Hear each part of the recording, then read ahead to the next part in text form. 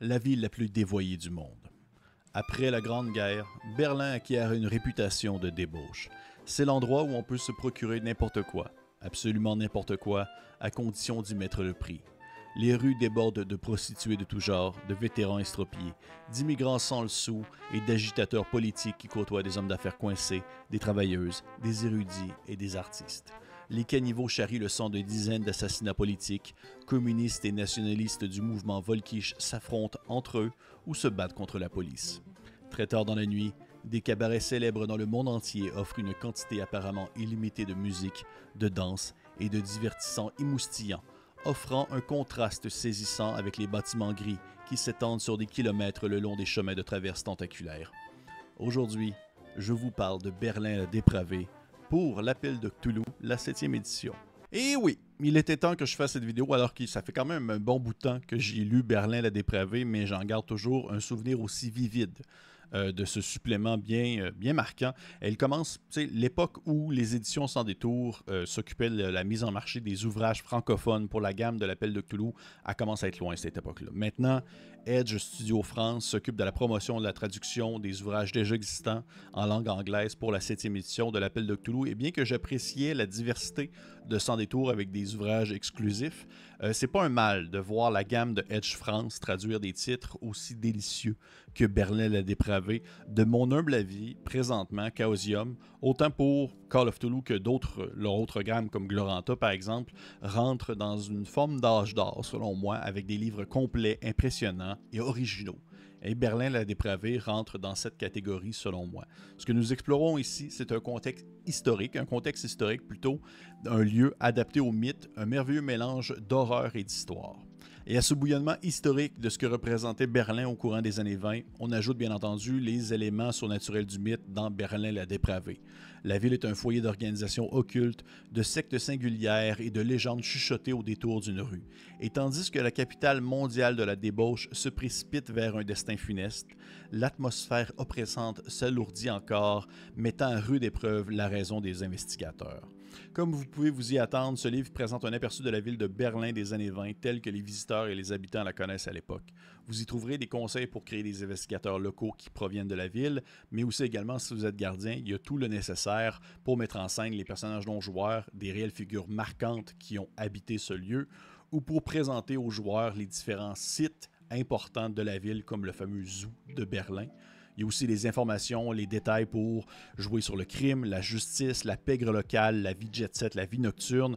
Il y a tout le nécessaire, tout est là, un gros bouillon assez chaotique mais important de cette culture hors norme que représentait Berlin dans les années 20. Le livre se conclut avec 3 scénarios qui peuvent se jouer séparément ou en campagne et qui couvrent les événements séparant la fin de la Grande Guerre, de la montée au pouvoir d'Adolf Hitler et du Parti nazi. Je ne vais pas décortiquer pour vous les 3 scénarios en profondeur, je vais seulement vous les mentionner, vous les présenter un peu pour vous donner le goût, vous laisser une certaine surprise si vous décidez d'acheter le livre. Le premier est « Le diable mange des mouches ». Le spectre d'un fou hante la ville, montant les citoyens les uns contre les autres, et afin d'arrêter cet esprit démoniaque et de sauver une princesse russe en exil, les investigateurs vont devoir conclure un pacte avec des forces malfaisantes. Le second, le ballet du vice, de l'horreur et de l'extase, se déroule pendant un certain âge d'or de Berlin, durant laquelle la ville jouissait d'une stabilité et d'une prospérité très superficielle. Ça n'a pas duré longtemps. Ça met en scène un sorcier raté, une danseuse débauchée, ainsi qu'une étrange secte qui menace un équilibre en cherchant à transformer la ville en un véritable cloaque de démence et de dépravation. Et finalement, le troisième scénario, Shrek Film, met vraiment de l'avant un Berlin que tu vois foncer tranquillement dans le mur. Là, ça mène vers son sort funeste. Les investigateurs se retrouvent face à une véritable cabale liée à l'industrie cinématographique locale. Prisonniers d'un labyrinthe qu'ils ont eux-mêmes conçu, ils sont confrontés à une question fondamentale. Où est la réalité? Et où est l'illusion? Côté système, il s'agit bien sûr de l'Appel de Cthulhu pour la 7e édition. Comme j'ai mentionné au début de la vidéo, c'est donc un système percentile qui va utiliser des dessins. Mais encore, il n'est absolument pas impossible d'adapter le livre à un autre jeu si besoin est. Tant bien que de nombreuses informations disponibles dans le bouquin soient système neutre. Okay? L'histoire, la mise en contexte, les personnages, le fonctionnement de la ville à cette époque-là, la politique locale, tout ça, ça peut se prendre et s'adapter parce que c'est de l'information. Ce n'est pas associé à une mécanique précise. Oui, des fois, ils vont vous demander de lancer un dé, mais même à ça, c'est surtout des fois pour générer des choses aléatoires et ça n'a pas à être coincé dans un cadre d'une mécanique précise, ça peut se prendre et s'adapter à autre chose. Pour ma critique personnelle, c'est exactement le genre de supplément que j'adore me procurer pour l'appel de Cthulhu et je vous explique le tout en 3 points. Le premier, c'est adaptable.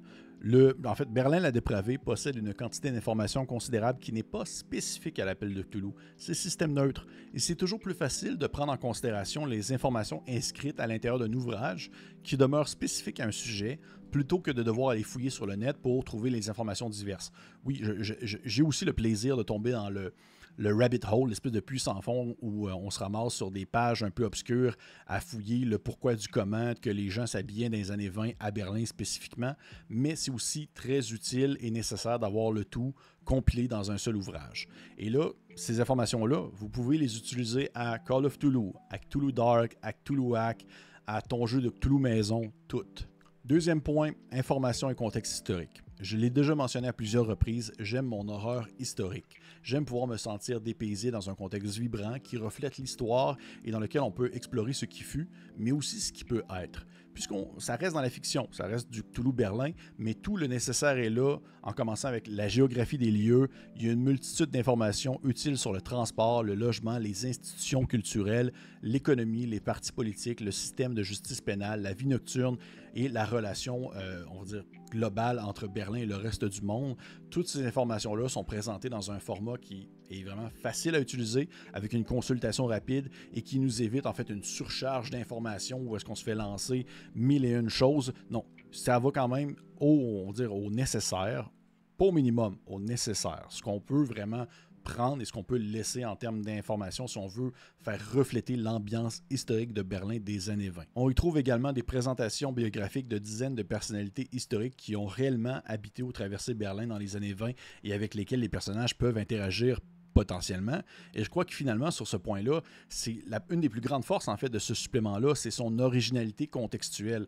Berlin dans les années 20, c'est un biome vraiment original et vraiment différent de ce qu'on nomme les années 20. C'est radicalement différent de l'ambiance Charleston et Boardwalk des États-Unis. On est dans un bouillonnement dangereux et aux multiples facettes et je trouve ça super stimulant. Et finalement, le troisième point. Le livre est un immense terrain de jeu dans lequel est éparpillé des pistes de scénarios pour vivre l'horreur Lovecraftien et sont faciles à exploiter.